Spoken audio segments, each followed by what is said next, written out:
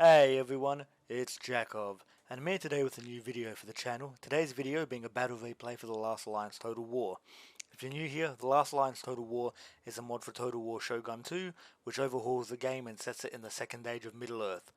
It's a mod that I very much recommend you guys play, and one that I will leave linked in the video description. Today's video is a clash between an army of the Orcs of the North, led by Ellan Enish, clashing against an army of Numenor, specifically the Kingdom of Numenor, led by Pyrrha.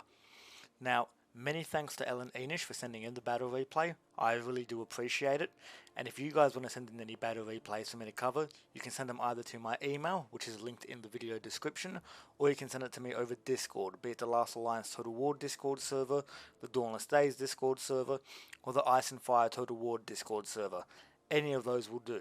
With that said, I'm going to put the video into slow motion, and we'll start by checking out both armies. So here we have the Orc Storm Band in the front line, and these are all shock infantry. So we've got a couple of units of them, or in the second line I should say. In front of them we've got the Orc Skull Crushers of Gundabad, a couple of units of these guys, very heavy shock infantry who wear dwarven armour.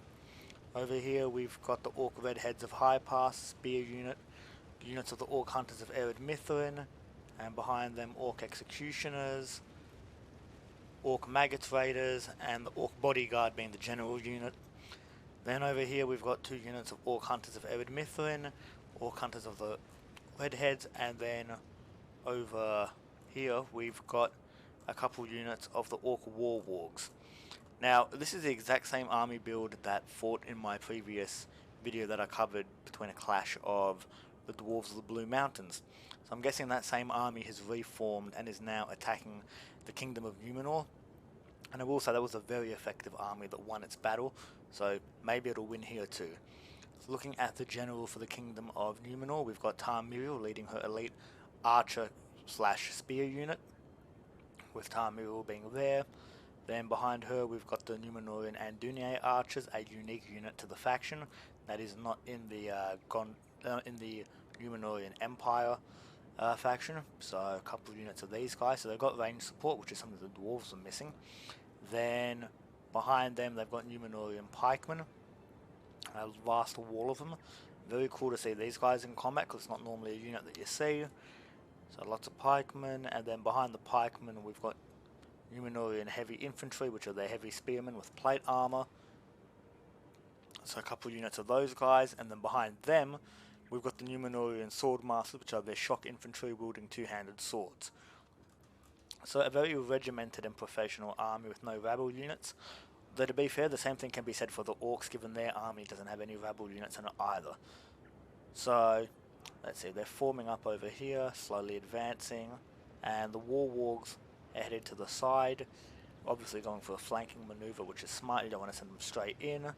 And the archer fire has begun, and the first casualties have been suffered. So yeah, that's the amazing range the Numenorian steel bows have, and this is something that the dwarves did not have, which contributed to their loss. Given that now the elves, that the Numenorians at least, have range firepower.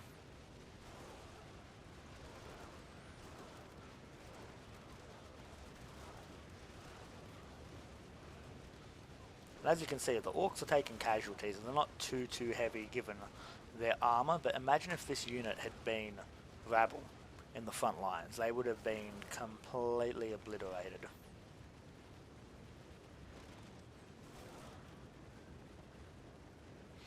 And they're going up and over the crest. The archers are pulling back, I'm pretty sure, back behind the lines. The Tarmiriel is still there. If I was her, I'd hurry up and get out of there before she gets caught out. They're pushing it a bit close there, and the pikemen are in the front lines just waiting, and there we go, straight into the pikemen.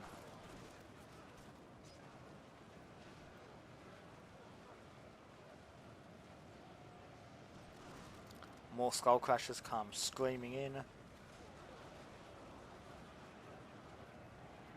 and battle has been joined. And the Warwargs have wrapped fully around to this side. And the archers opening fire, they are, but it seems their lines are blocked. If I was them, I would start harassing the units in the back here, like the Orc Storm Band.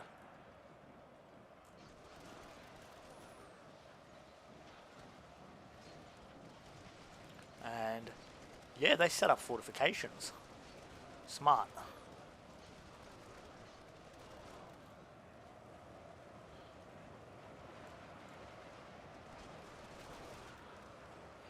And the pikemen aren't doing too great, I'm sad to say.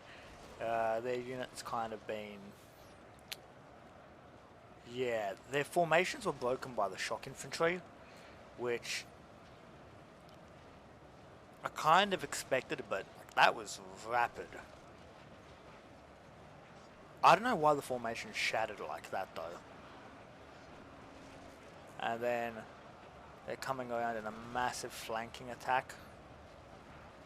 So if I was them, I'd start dedicating troops, and the Numenorian sword masters are getting ready to charge up the hill. And if these guys engage with the Orc hunters of Ered Mithrin, it'll... yeah, it's not going to go well for these guys. These heavy shock infantry will tear them apart. Still the archers are going. And the Orc hunters are trying to wrap around, which is smart. Shock infantry is deployed here. Archers still open, and the war wargs have deployed straight into the archers. And they're going straight for Tarmiriel too. They're going straight for the general, which is smart. Except she's a spear unit, so if I was them, all the archers focus these guys immediately. These two units are the biggest threat on the battlefield right now. Like, I would not bother shooting anything but these guys. Yep, they're doing the exact right thing. Shoot as many of them as possible. Pikemen are beginning to break. Pikemen are breaking. And yeah, this Orc army is... then, ooh, that was nasty just seeing them go down like that. And in something that's not really a surprise, they're heavy infantry and shock infantry. They're having a tough time going uphill, smashing into units of axe infantry. I don't know, I wouldn't bother shooting them. I'd be going purely after these war wargs. Again, they are the biggest threat because of their mobility.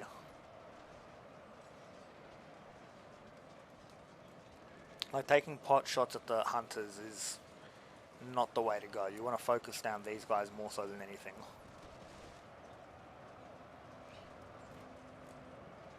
Especially because they're going to try and make a go for the sword masters or any of the other infantry, and then if you get hammer and anvil, you're kind of doomed. Like, even here, you've got two units, I'd be shooting them to pieces.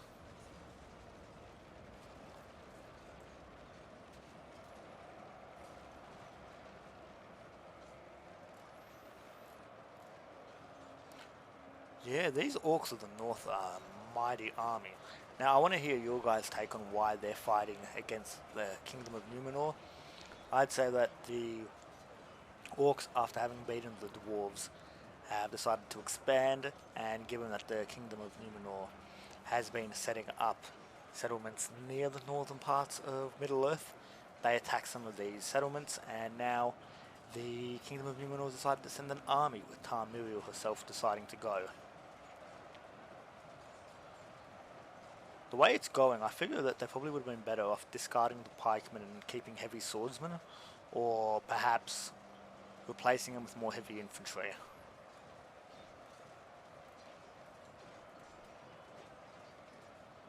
Because yeah, I'd be interested in seeing how these pikemen did at the end of the battle.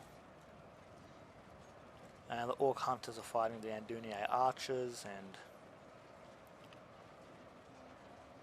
yep, yeah, that kind of explains how it's going over there. Andunier archers are completely destroyed by the war wargs. And Tarmiriel to the side, no more pikemen have returned. And the Numenorian line is just being enveloped everywhere. Their heavy infantry isn't up to the task, it seems. Tarmiriel is just standing here. I don't know why she isn't shooting or engaging. Like, you've got to use all your units cohesively if you want to win. and having some units stay back and not engage is not the way to go.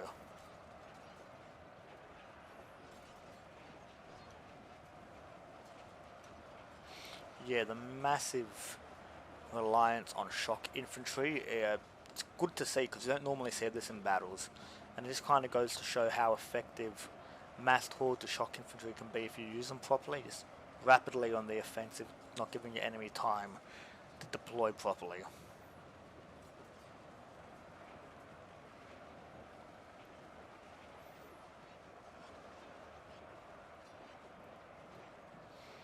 And that barricade's doing a nice job of keeping these guys flank safe for now, but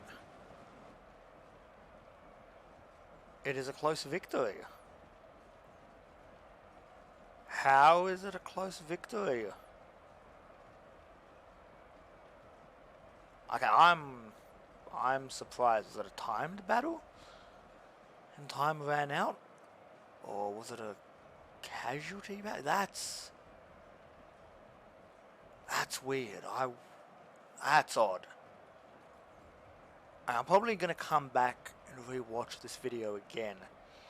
But I don't know how the hell that was a close victory when the battle was still ongoing. Like, unless it was a massive chain rout then and there, but I didn't see that happening. Okay then, we're gonna end the battle here, it seems. Which, yeah, that's fascinating. Okay then. Just very, very odd. Hopefully Ellan Enish can let me know in the comments, or any of the players of that battle can let me know what happened there. Because yeah, that's an odd one. I can't say I've seen that happen. Well, I've seen it happen before, but as usual, it surprises me whenever it occurs. Given I didn't know it was a timed battle, but was it a 10-minute battle? That's very quick. Looking at the units, yeah, the army of the Orcs outnumbered the Numenorians by 800, and given they were professional infantry, it's not a regular, there's a horde of Orcs and most of them are low tier. No, they were pretty much all professional infantry, so not quite an even fight in terms of numbers there. Casualties, much the same. We'll check out the unit statistics. So looking at the Orc bodyguard, they didn't really get stuck into the fighting, so I can't really say anything there. Skull Crushers, these two broke even. This one broke it. All the Orc Skull Crushers broke even at minimum, and first one did quite a bit of damage. The Orc Redheads of High Pass, one unit suffered more losses than kills, but even so it wasn't too bad, and the other one quite literally broke completely even, suffering as many losses as it killed. Orc Hunters of Ered Mithrin, it's pretty good, scored way more kills than they suffered casualties. Same thing with the other one.